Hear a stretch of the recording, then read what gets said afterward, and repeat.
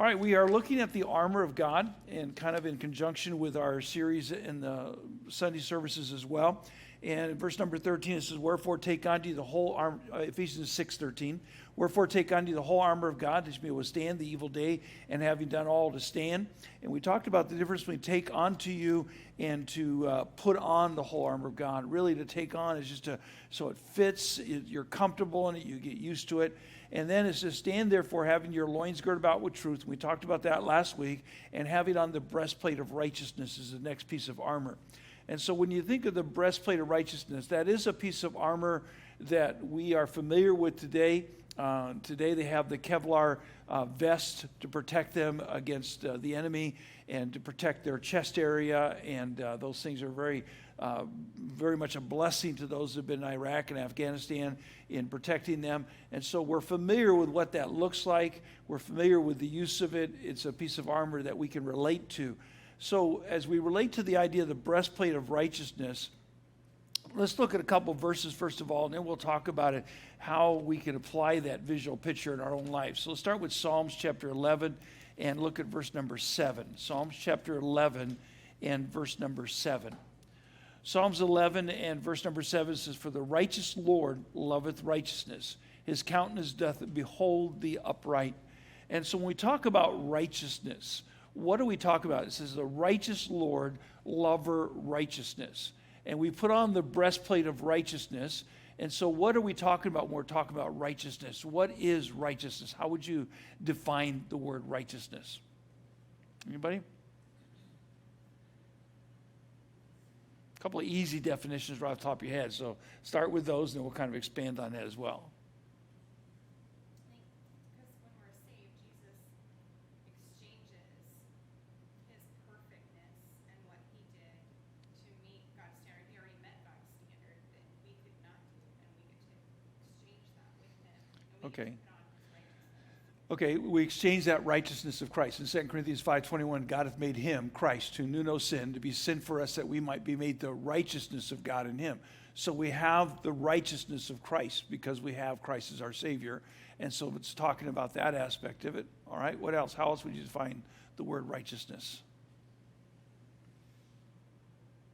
Stacy? Purity. Okay, what's it start with? What's the first part of the word? All right, so righteousness is doing right. That would be an obvious definition, would it not? To do what's right, but it's more than just doing what's right. How else would you define it? Well, Romans 3:10, there's none righteous, no, not one. And we use that with some. Okay, Romans 3:10, there's none right, no, not one. But, so, we're not righteous at all. But the Lord is. Okay. That's the difference between, So we're not right, but we have the righteousness of Christ like Noel talked about. Okay? right, and we're to be like him. We're to be like him. Okay, Larry? This morning I was praying, just to put on righteousness and love before I go work. Put out righteousness and love. Okay, and we're going to talk about that in a minute. That does go together. That's good. The word righteousness, you could say it this way to help you define it. Right wiseness. Right wiseness. And that's the idea of the word righteousness. In Hosea chapter 14, in verse number 9, it says, who is wise, and he shall understand these things, prudent, and he shall know them. For the ways of the Lord are right, and the just shall walk in them, but the transgressors shall fall therein. So who is wise? The ways of the Lord are right. So righteousness is making right, wise choices in my life. Thoughtful decisions about what is right and wrong. In Ephesians, we looked at earlier on, it talked about proving what is acceptable to the Lord, what is right in God's eyes, what is right by God's definition. And so we think about, well, what's right and what's wrong. So it's that idea of right, wise decisions.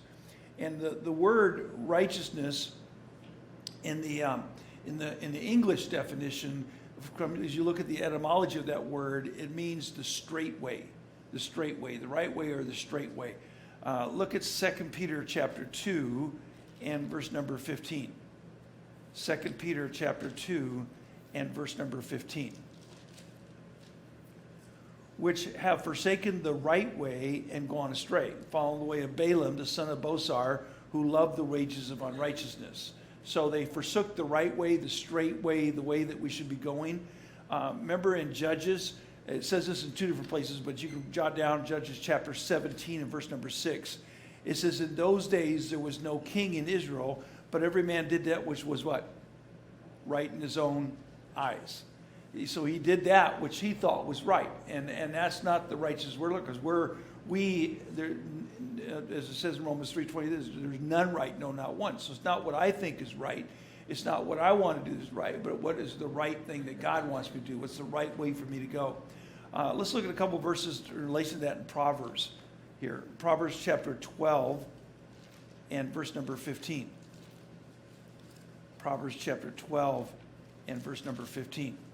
The way of a fool is right in his own eyes, but he that hearkeneth unto counsel is wise. So again, it's not what I think is right, but what God says is right. And then Proverbs chapter 16 and verse number 25.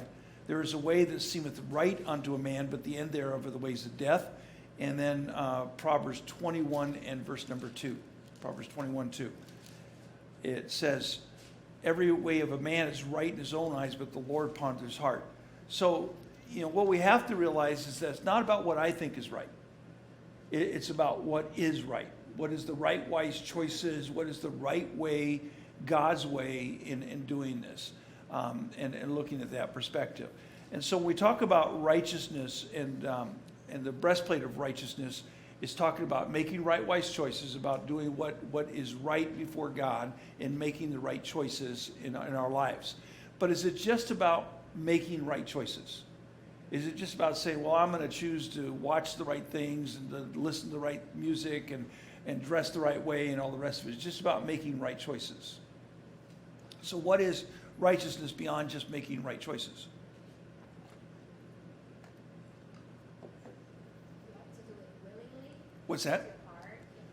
Okay, willingly from the heart and that aspect. Okay, good. I would say it's from the love for God, and that's what gives you the desire to do the right way His way. Okay, so for a love for God and having desire to do what's right. Anybody else? I think it's relational. I think those things happen because we have a relationship with God and we Right. want it, yeah. Relational. We talk about our heart and, in relation. And so we talk about that aspect of it. Okay, Diane? Strong's defines it in several different ways, but it also, one of them it says just and righteous in conduct and character. Okay, so she says the Greek definition is just and righteous, just and right in conduct and character. And so it goes with both of that. So it's not just doing the right thing, but it's having a heart that's right with God. In fact, that's number one there is protects the heart. Proverbs 4:23, keep thy heart with all diligence, for out of it are the issues of life. And so it's keeping my heart right with God, it's protecting my heart. When we think of the breastplate, that's probably what we think of most protecting, right? Is protecting our heart, keeping our heart right with God. The word keep thy heart, the word keep means to put a guard, put a watch on, to protect your heart. I want to keep my heart right with God. It's like you often say, what you say. Do the right things and not be the right person, but you can't be the right person without doing the right and not do the right things. And so we want to keep that focus on being the right person. So it's not just making right wise choices, but it's protecting my heart, keeping my heart right with God. Now, in the Bible, what was the heart the seat of emotions like we think of today? No. The heart was the place of what? It's not the place of it. The Bible talks about your heart, and not just the physical heart, but the heart being right with God and so on. So when we talk about the heart, we're not talking about the emotions. We're talking about what? What's that? Life. Somebody else? Your thoughts. It's your decisions is really where the heart comes from. It's the will. It's the decision in your heart. The gut was the seat of emotions. Now, when a breastplate is the only thing it's protecting is the heart, what other organs does the breastplate protect? What's that? Kidneys. All right. Your guts, your stomach. What else? What else is in this area here? Come on, you guys got. Some of you had to have some science in 7th grade at some point. Come on, here we got a science major. Come on, JJ. What is it? Your lungs, okay? And so we often think of the breastplate in relation with the heart, but it doesn't say that in Ephesians chapter 6. It does say Proverbs 4:23, keep thy heart with diligence, and other places talks about keeping your heart right. But the breastplate covered more than just your heart. So we related it kind of to the heart. How would you relate it to some of these other organs? Now, we talked about the bowels of the emotions, and so we want to keep our emotions in check as well. A stomach wound can be a very devastating wound. I read about World War II a lot, and when somebody got shot in the stomach, it was almost like they're going to die, because it was a place of infection and all kinds of problems could come with that. And I think in many cases that was one of the major causes of death in battle, is to be stabbed in the stomach or shot in the stomach. So your emotions have to be kept under control. And that's often the way that Satan attacks us, is not? He attacks us through our emotions, through our feelings. I'm hurt, I'm depressed, I'm upset, or whatever else it might be. He attacks us through the emotions. Okay, so what about the lungs? Why would we need to protect our lungs? How would that relate spiritually? Breath. What's that? Breath. The breath, to be able to breathe.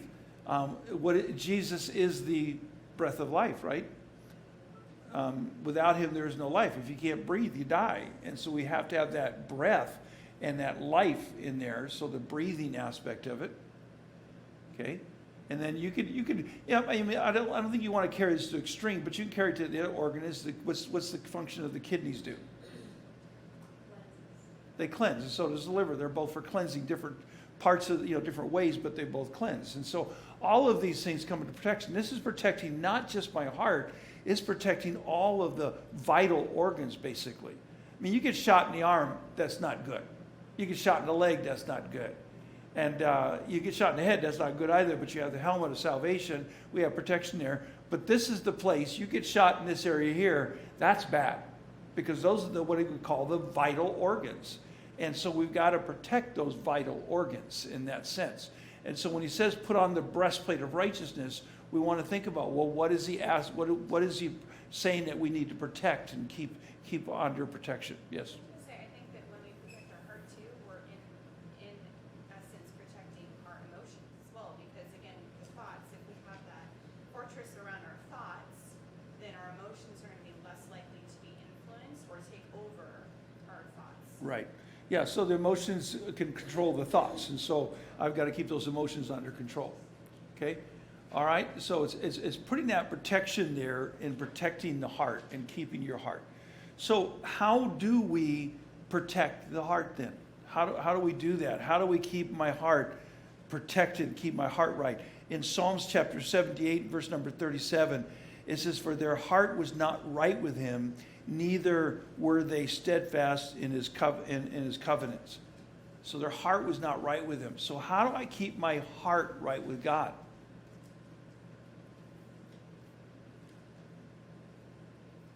By staying in prayer and staying in scripture and choosing to walk out. Okay. We know, for example, in Luke 24, I think it is, that the two disciples that walked with the road Emmaus after he left, they said, did not our heart burn within us? So the word of God is one way we stay strong in our heart. How do you keep your heart strong physically? What kind of exercise do we call that? Aerobic exercise, because you're trying to develop strength in your heart. And so you keep your heart physically through exercise. Exercise thyself rather unto godliness. And so I want to have a strong heart. I want to keep my heart, right with God. Okay, so prayer, Bible study. How else do I protect? But, when you put on the breastplate of righteousness, okay, I'm putting this on. I'm going to go out into the world. So how is, physically, if I put that Kevlar vest on, I know when I go out, if some sniper shoots, I've got the protection over here. I know if there's an IED that at least this part of my body is going to be protected. So how do I protect my heart when I'm out in the world? What do I got to do to keep my heart? Keep thy heart with all diligence, for out of these issues life. So how do I put a guard on? How do I protect and keep my heart?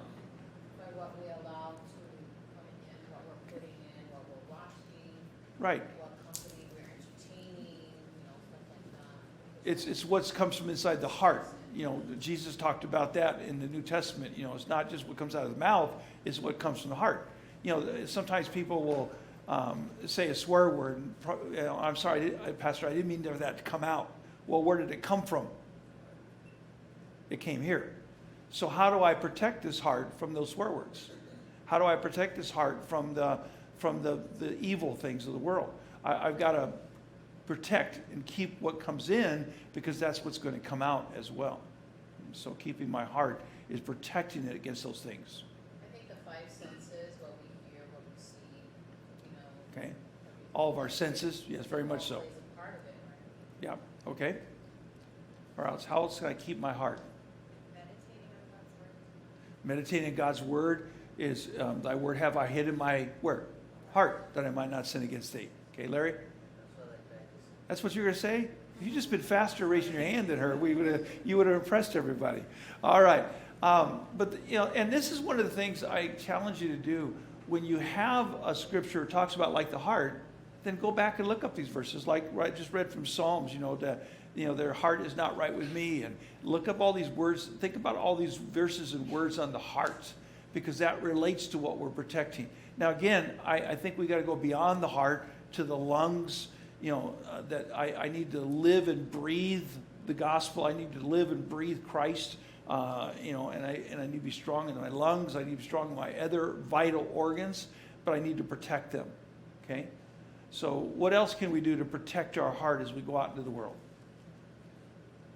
Glenda. I think, like the word tells us to take every thought captive, because if you allow thoughts to ruminate, then it affects your heart. Right. Okay, to keep it captive. Again, the vests are good, but does the guy wearing a Kevlar vest kind of walk out there, okay, you can shoot me, I don't care? Is that what he's saying? No, he's not. He doesn't want to be shot, because even with the vest on, it's going to hurt. And so we still have to keep that protection out there and be careful of these things. Okay? Any other thoughts? Okay, so in the morning, you're putting on the armor of God. So how would you pray to put on the breastplate of righteousness? You're not going to physically put it on. We've talked about that. And so you should put on the armor of God.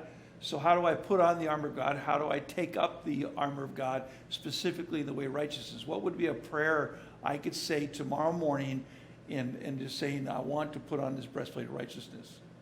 How would I pray that? Larry? Like I prayed this morning, asking to help me do what is, I know what is right, but I cannot do it by myself. Okay, that's a very good first step. Lord, help me to do right today. And again, a lot of times we know what we're facing that day. Lord, I'm going into this meeting today, and I know that I'm going to be tempted to just go along and compromise. Or, Lord, I'm going to be around people that are, going to tempt me to do wrong. So help me to do what's right today. As a at work, as a father, as a husband, as a man, as a woman, help me to do what's right. So that's one way we can pray on the breastplate of righteousness. How else would we pray it on? So I've always prayed it. I ask God to give us a hedge of protection and protect us from the evil one. To protect us from the evil one. And I think that comes into play a little bit more later on when it talks about the fiery darts of the devil. I think that's more where that prayer is going to be more focused on, but it's still a good prayer for righteousness. Okay, Glenda. I think it's a good opportunity, too, for us to thank God for giving us his righteousness. Yeah, to thank him for the righteousness. Thank you for giving me your righteousness. You've given me a great gift. You've given me the righteousness of Christ. It's not my own righteousness. And so I'm praying today, Lord, that you would help me to protect that righteousness that you've given me. Okay? It's like Jabez's prayer where he said, keep me from evil. Okay, keep me from evil. Keep me from wrong. Right. And like Glenda said, the righteousness is not our own, like what Larry said too. We don't have that righteousness within us. So we still have that sinful nature. Okay, so to keep me from wrong, keep thy heart with all diligence, put a guard on. Lord, help me to put a guard on today. Lord, I need extra protection because I'm going into a situation today where I need that extra protection. I need that extra guard. So help me, protect me, so I don't have to use this. I think everybody puts on the Kevlar vest doesn't want to use it. I think I want to take it back in perfect condition. That's my goal. All right? Well, sometimes we have no idea what we're facing. Right. There can be general prayers, but when you do know, you can also be specific. Lord, help me to do right in this situation, whether it's in my marriage or in my family or my job or whatever, where I know I'm facing things, that's where I want to ask for that specific. Okay? Anything else we can do in the praying of putting on the breastplate of righteousness? So what I want to challenge you with is to really make this a daily thing, to say, Lord, today I want to put on to have my loins girded about with truth, to put on the belt of truth. Lord, help me to be honest today. Help me to be honest in my relationships. Help me to be honest at work. Help me to live the truth of your gospel, things like that. And then you go next into, I want to put on the breastplate of righteousness. So Lord, help me to do the right thing today. Help me, protect me from that which would cause me injury, the things that would affect my heart, that would cause me to not live and breathe Christ, that would don't let my emotions take control of my life. Specifically praying for those things that we need to protect in our vital organs again. Okay? All right, any other thoughts on that before we go to the next point there? Number 2, look over at 1 Thessalonians chapter 5 and verse number 8. And this is something that Larry brought up and said he prayed for, is not only for righteousness, but for love. 1 Thessalonians 5 and verse number 8. It says, but let us who are of the day be sober. So does that mean no, don't be drunk? To be sober? What does be sober mean? Serious-minded.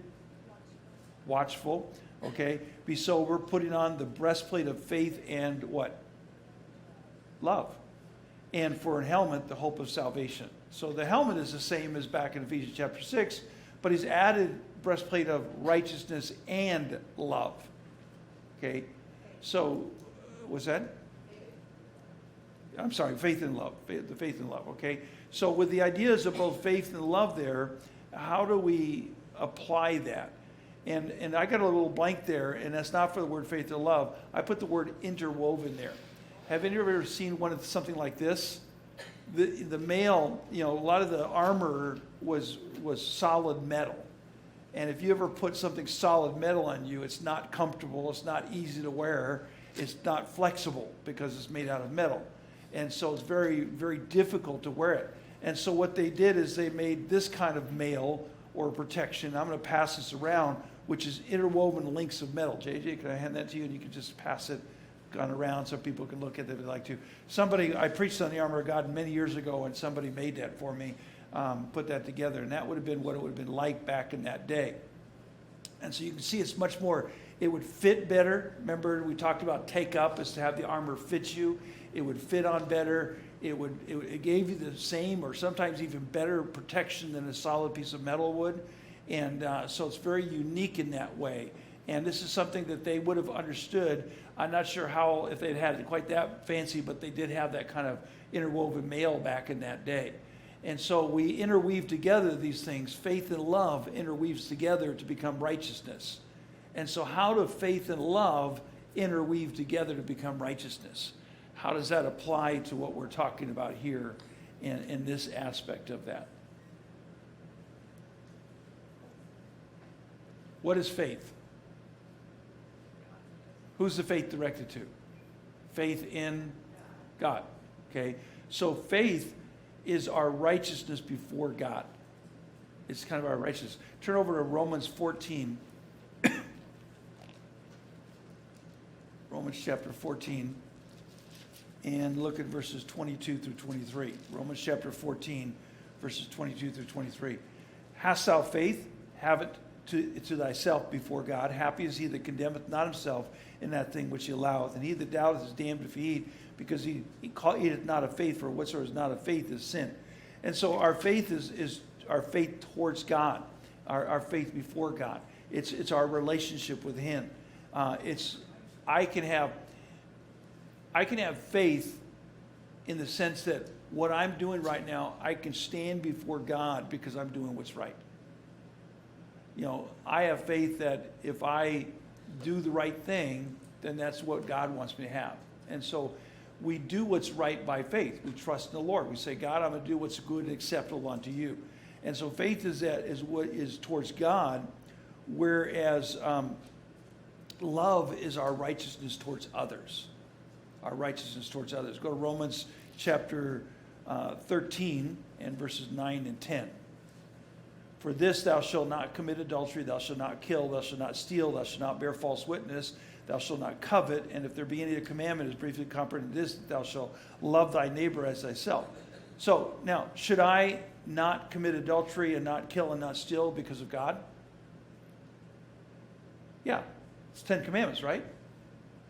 Thou shalt not do these things. And that's my relationship with God. But he's also saying, wait a minute, but that's also your relationship with others. And I do it out of love for others. In verse 10, love worketh no ill to his neighbor, therefore love is the fulfilling of the law. So righteousness is basically love and faith coming together, interwoven together to protect us. I'm going to do what's right because I love God. You know why else I'm going to do what's right? Because I love my wife. I'm going to do what's right because I love God. You know what else I'm going to do right? Because I love you. And so there's certain things that I'm not going to do out of not only love for God, but love for you. So those two things interwoven together help me then to do the right thing. See, a lot of us, when we do wrong, do we think about the people we love? No. What we're doing, we're hurting them, but we're not loving them at that moment we do wrong because we're hurting that person. And so it's love of God and love of others is why I do what's right. And so part of putting on the armor of God is I can say, Lord, help me today to do what's right, not only for you, but to do what's right for my wife or for my parents or for my kids or for whoever else it might be. It's part of putting on the armor of God. That's why the world is getting so wicked, because the lack of love for others and the lack of love for God. It's just I have my right. rights. See, it's my rights. And dude, that's not what righteousness is, my rights. It's not doing what's right in my own eyes. It's doing what's right before the Lord. And so we have to realize that. And so it's interwoven together. And so that's just something that, just really kind of, again, that's where cross-referencing is really a blessing. Because when you take a verse and you cross-reference that verse, and by the way, look back at Ephesians chapter 6, if you would, and look at verse number 14, and look at where it says, having on the breastplate of righteousness. Do you have cross-references for that phrase or for that verse? Does it say anywhere in your cross-references 1 Thessalonians 5:8? How many have a cross-reference for that? Okay, one of you. Anybody else have one? All right. If you don't, I'd write it in right now. Because next time you read Ephesians 6:14, you're going to say, oh, I should read 1 Thessalonians 5:8 as well. And then go over to 1 Thessalonians 5:8 and see if there's a cross-reference there for Ephesians 6:14. Cross-references are just a good tool to have in a study Bible. And basically they're saying here are other verses that go along with this verse. That when you read this verse, it's kind of like Amazon recommendations. If you like this, you're going to like that as well. And that's and are they always right? No. And these cross-references, they're not scriptural in the sense they're not inspired, but they're often, hey, I do like that. That is a good verse. So take a look. How many of you have cross-references there somewhere related to your verses? How many have a Bible with cross-references in them? Okay. Those of you, okay. And so look at that. Now, Diane, do you have a comment before I go on to that? What I'm doing right now? Yeah, the cross-reference that I have was Isaiah 11. Well, that's what we're going to do. We're going to look up the cross-references for this verse. Okay. Now, in mine, it breaks it down. I have little letters, like next to the phrase, having your loins girded about with truth, I have a little X. And next to the phrase, having on the breastplate of righteousness, I have a little Y. And then over next to it, it says 6:14, and then I have an X and a Y, and it gives me the verses by each of those. So it kind of breaks it down by phrase or by word. Some Bibles will just have cross-references for the whole verse, and they don't break it down. And mine also, I have a note Bible, so I've got a note at the bottom in 6:14. It says, truth holds everything together, and refers to the believer's integrity. Breastplate of righteousness, righteousness practiced by the believer to protect the chest and heart from Satan. So it just gives me an explanation note there. And that's where a note study Bible helps you out too, is they give you little notes that are useful often in that way. So cross references, how many of you have, I have 3 cross references for the phrase having on the breastplate of righteousness. So how many of you have a cross reference for that phrase or for that verse?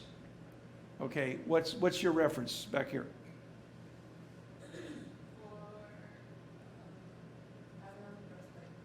Yeah.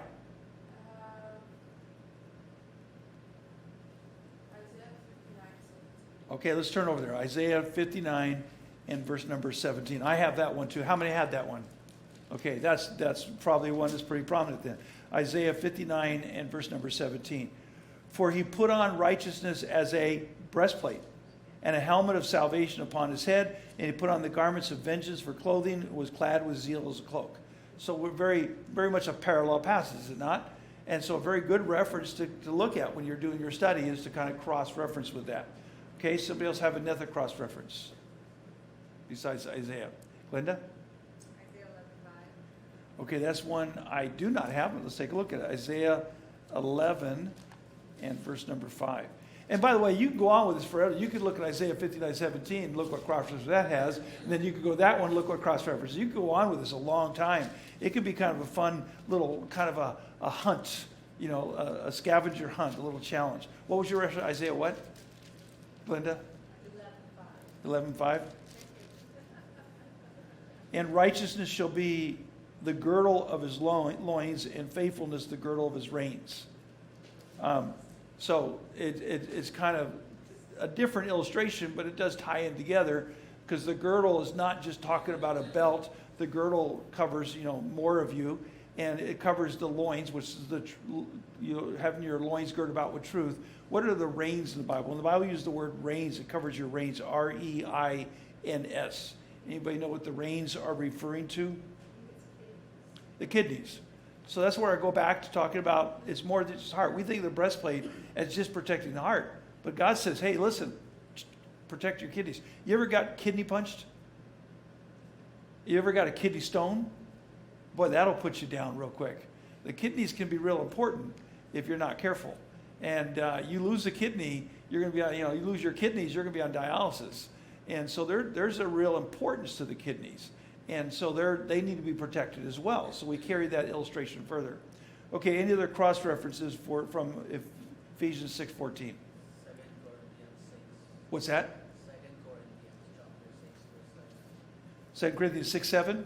That's the one I have too. So 2 Corinthians chapter 6 and verse number 7. It says, by the word of truth, by the power of God, by the armor of righteousness on the right and on the left. Okay? So why do you think he means by the armor of righteousness on the right and on the left?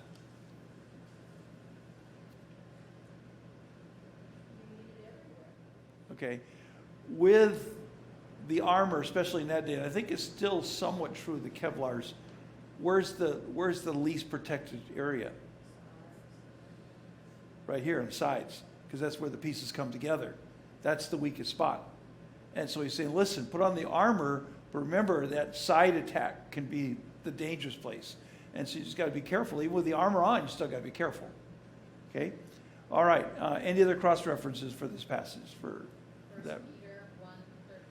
1 Peter 1:13. Okay, again, I don't have that one, but that's fine. That's where different Bibles have different references. 1 Peter 1:13. Wherefore gird up the loins of your mind, be sober, and hope to the end for the grace that is brought unto you as the revelation of Jesus Christ. And that gird up, that probably goes more with the first phrase, stand therefore having your loins girt about with truth. So gird up the loins of your mind.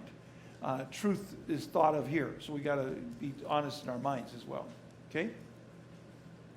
I just want to encourage you.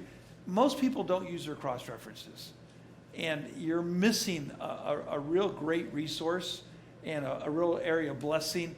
It can be kind of like a little scavenger hunt, and a little, you get to go on a journey, and sometimes it's just fun to get off on that rabbit trail and chase those verses down. and kind of relate them to each other. Most often your cross references are saying basically the same thing or something very similar. Sometimes though they're kind of contrasting points of view. And like you might read about Jesus, the Lion of Israel, and then you might be cross-referenced to where Satan is also called a roaring lion. And so sometimes they're kind of contrasting the point of view as well. Okay, any other thoughts on this breastplate of righteousness and putting on righteousness?